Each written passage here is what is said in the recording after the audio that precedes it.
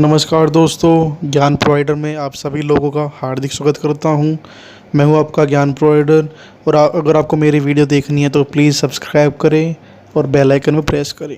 तो चलिए आज की वीडियो शुरू करते हैं। आज की वीडियो का टॉपिक है of studies bye Francis bacon. ये एक फॉर्मल ऐसे है। इसमें इंटेलेक्चुअल डिस्कशन करी गई है। इसकी जो टोन है वो फॉर्मल और सीरियस है। बेफालतू की बातें नहीं करी गई है। डिडैक्टिक मतलब बुद्धिमानी से भरी हुई बातें करी गई हैं। इसमें कंपैरिजन और कंट्रास्ट करा गया है। आपको चाहे इसमें कंपैरिजन दिखाई देगा या फिर कंट्रास्ट दिखाई देगा, और बेफालतू की बातें नहीं करी गई हैं। इसमें फ्रेजेस जो यूज़ करे गए हैं वो है लैटिन। इसमें पुराने वर्ड्स का भी यूज़ करा गया है और पैरेललिज्म यूज़ करा गया है वर्ड्स और पंक्चुएशन का। और जो टेक्निक है वो स्ट्रेट वर्ड यूज़ करी गई है। और इसमें यूज़ करा गया है स्माइली, इलास्ट्रेशन। तो अब शुरू करते हैं इस ऐसे को। मैं आपको लाइन वाइज इसके बारे में समझाऊंगा। Studies serve for delight, for ornament and for ability.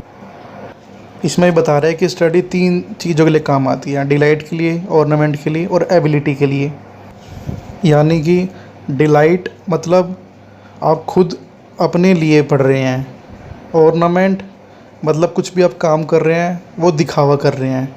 और एबिलिटी मतलब जो भी पहले से आपके अंदर जो एबिलिटी है उसको और बूस्ट करने के लिए और निखारने के लिए। अब आगे देखते हैं।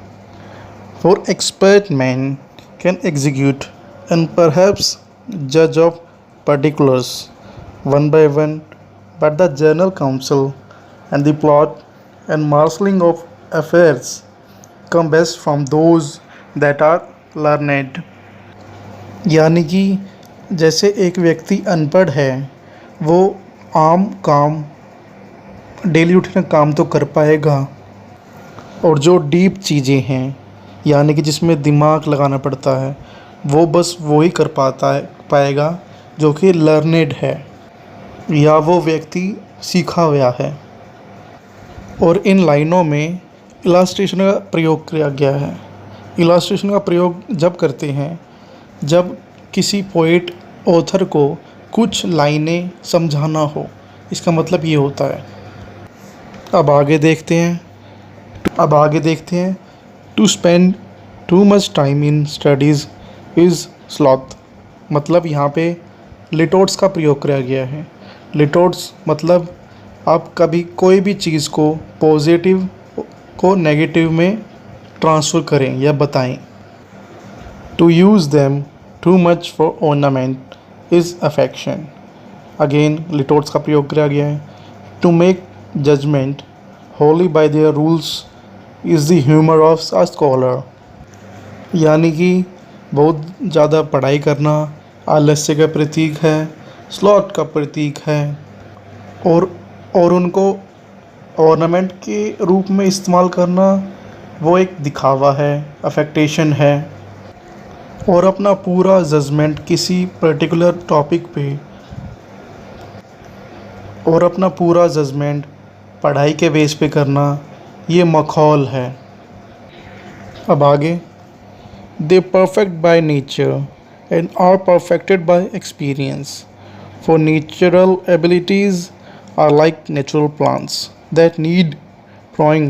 स्माइली का यूज़ करा गया है। By study and studies themselves do give forth direction too much at large, except they be bounded in by experience। यानी कि स्टडी हमारी नेचर को परफेक्ट करती है और खुद स्टडी अभ्यास के द्वारा परफेक्ट होती है। बैकन एक्सपीरियंस को बहुत ज़्यादा महत्व दे रहा है। आगे नेचुरल एबिलिटीज़ को नेचुरल प्लांट्स के साथ कंपेयर किया गया है। इसका यहाँ पे स्माइली का यूज़ करा गया है। जैसे कि प्लांट को भी काट झाट की ज़रूरत पड़ती है, और जो हमारी नेचुरल एबिलिटीज़ हैं उनको भी काट छाँट की ज़रूरत है और ये ग्रूमिंग होंगी बाय स्टडी। और जब तक स्टडी को एक्सपीरियंस से बाउंड नहीं करा जाएगा, जब तक एक अच्छा रिज़ल्ट आउटकम नहीं मिलेगा। अब आगे कंपैरिजन और कॉन्ट्रास्ट का यूज़ हो रहा है। इसमें बता रहा है कि कौन सा व्यक्ति क्या कर रहा है कंपैरिजन और कॉन्ट्रास्ट के द्वारा। आगे देखते हैं। Crafty man content studies, simple man admire them and wise men use them, for they teach not their own use, but that is a wisdom without them, and above them won by observation. दुष्ट चालाक लोग study की निंदा करते हैं। Simple man admire them, simple man उनको admire करते हैं। और wise man use them, wise man उनको यूज़ करते हैं। दोस्तों, इस पे क्वेश्चन बन सकता है। अब आगे हम ऑब्जर्वेशन से सीख सकते हैं कि हमने स्टडी क्या करी थी। यानी कभी भी स्टडी अपना यूज़ किसी को नहीं सिखाएगी कि मेरा क्या यूज़ है, और ऑब्जर्वेशन से ही हम सीख सकते हैं कि स्टडी का प्रॉपर यूज़ क्या होता है। आगे बैकन बता रहे हैं कि हम किसी चीज़ को क्यों रीड करें, क्यों कॉन्ट्राडिक्ट करें। Read not to contradict and confute, not to believe and take for granted, not to talk and discuss, but to weigh and consider. Read ना ही बहस करने के लिए, कंफ्यूट करने के लिए, और ना ही जो लिखा है उसको 100% मान ले, ना ही उसके लिए, ना ही ग्रांटेड, और ना ही हम फाइन टॉक, लोगों से बात करना सीख जाएं, डिस्कस करना सीख जाएं, but to weigh and consider. ये this is a main point कि हम किसी चीज को, कंडीशन को तोल सके, मोल सके और उस पर बहस कर सकें। ये है रीड करने का सबसे अच्छा वे। आगे कुछ बुक्स के बारे में बता रहा है Bacon. Some books are to be tasted, others to be swallowed, and some few to be chewed and digested. That is, some books are to be read all in parts, other to be read but not curiously, and some few to be read wholly and with diligence and attention. यानी कि कुछ books ऐसी हैं जिनको बस test करा जाए, यानी कि मुंह में लेके फेंक दिया जाए। others to be swallowed, कुछ ऐसी हैं जिनको पूरा अंदर तक पेट में पचा लें। and some few to be chewed and digested, कुछ ऐसी किताब जिनको अच्छी तरह चबाए और पचा ले, अपने दिमाग में सेट कर लें। That is ready. और कुछ बुक्स को पार्ट्स में ही पढ़ना चाहिए, उसी के लायक होती हैं वो, बट नॉट क्यूरियसली। कुछ बुक्स को पूरा पढ़ना चाहिए। Few to be read wholly and with diligence and attention, पूरा एक दिमाग को एक जगह रख के पढ़ना चाहिए। सम बुक्स ऑल्सो में बी रीड बाय डेप्यूटी, हम किसी को रख सकते हैं जो कि हमारे लिए किताब पढ़ ले और उसका समरी बना के हमें समझा दे।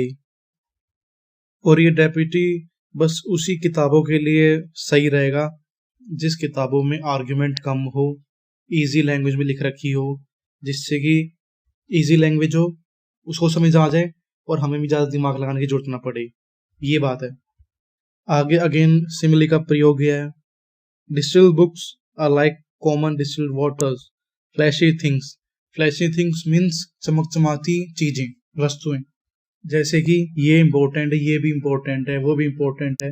ये आपको डिस्टिल्ड बुक्स डिस्टिल्ड वाटर की तरह है। जो डिस्टिल्ड बुक्स होंगी उसमें आप खोलते बता देंगे कि ये इंपॉर्टेंट है भैया, ये पढ़ लेना, आपको समझ आ जाएगा।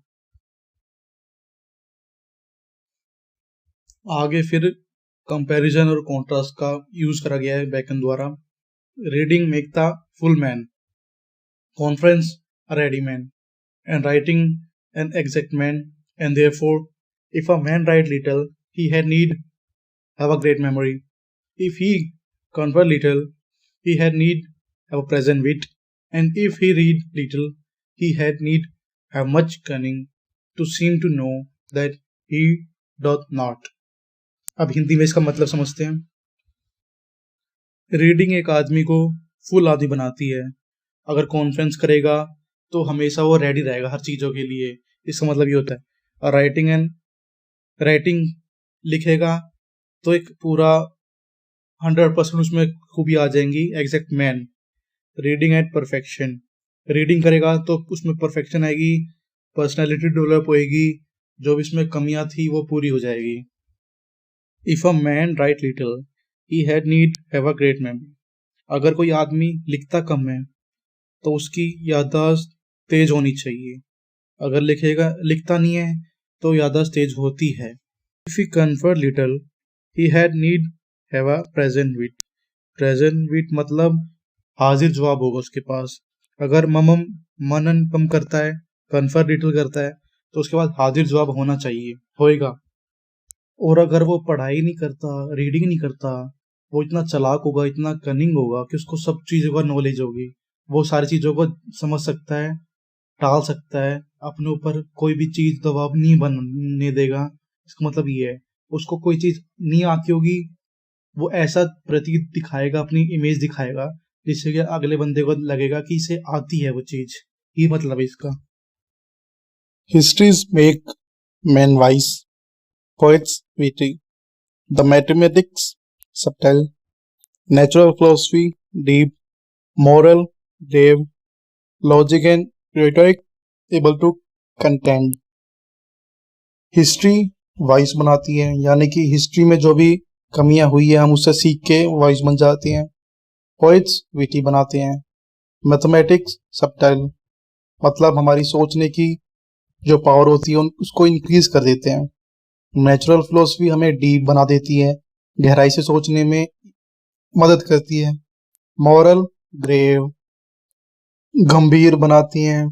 लॉजिक एंड रोटोरिक कंटेंड बहस करने में मदद करती है।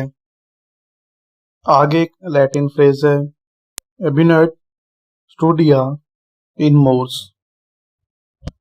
Studies pass into an influence manners.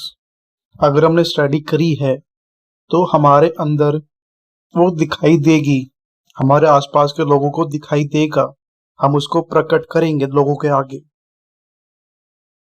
Nay, there is no stone or immediate in the wit, but may be brought out by with studies like as studies of the body may have appropriate exercise. Study अलग अलग रोगों के लिए, disease के लिए, mental health के लिए अलग अलग स्टडीज हैं। और ऊपर बैकन ने स्टोन का यूज करा गया है, बट अब इसका इस्तेमाल नहीं करा होता। अब इसकी जगह हिंड्रेंस का एग्जाम यूज होता है। उसका मतलब होता है बाधा या रुकावट। आगे अगेन इलस्ट्रेशन का यूज करा गया है। इसमें ये दिखाया गया है कि अलग अलग बॉडी के लिए अलग अलग एक्सरसाइज है। Like boiling is good for the stone and rinse, यानी कि बॉलिंग पथरी के लिए अच्छी है, अगर बॉलिंग करेंगे तो ठीक हो जाएगा। Shooting for the lungs and breast, lungs के और ब्रेस्ट के कोई बीमारी होगी इनमें तो शूटिंग से ठीक हो जाएगी। Gentle walking for the stomach, stomach के दर्द के लिए जेंटल वॉकिंग अच्छा उपाय है। राइडिंग फॉर द हेड, अगर सिर में दर्द है तो राइडिंग घुड़सवारी करें तो सिर दर्द ठीक हो जाएगा। और एंड द लाइक, और ऐसे ही और बीमारियों के लिए ये उपाय बताए गए हैं। So, if a man's wit be wandering, let him study the mathematics for in demonstration. यानी कि अगर किसी आदमी की बुद्धि भटक गई है तो उसको मैथमेटिक्स पढ़ना चाहिए, जिसके कारण वो उसका दिमाग सही रास्ते पे आ जाएगा। If his wit be called away, never so little, he must begin again. यानी कि अगर उसकी बुद्धि दोबारा मैथ में अगर भटक जाती है तो मिस्टेक करेगा, तो उसको फिर दोबारा से स्टार्ट करना पड़ेगा और कंसंट्रेट करना पड़ेगा बिगिनिंग से। If his wit be not apt to distinguish or find differences Let him study the schoolman. Schoolman यानी कि विद्वान। अगर किसी व्यक्ति की बुद्धि किसी चीज में अंतर नहीं कर पा रही तो उसको विद्वानों की स्टडी करना चाहिए, उसकी बारजीवनी पढ़नी चाहिए। If he be not up to beat or matters and call up one thing to prove and illustrate another, यानी कि अगर किसी व्यक्ति की बुद्धि पढ़ाई करने के बाद भी किसी मैटर को सॉल्व नहीं कर पा रही, उसमें अंतर नहीं ढूंढ पा रहा, तो उसको लोअर केस पढ़ना चाहिए। Let him study the lower case. So every defect of the mind may have a special receipt, यानी कि किसी भी तरह की बीमारी या दिक्कत माइंड में है तो उसके लिए हर तरह की स्टडी अवेलेबल है। Thank you guys for listening me. This is line by line explanation of studies by Francis Bacon. If you like my videos, please like, comment and share, and don't forget to subscribe my channel. Thank you guys. Have a nice day and have a brilliant future in future. Thank you.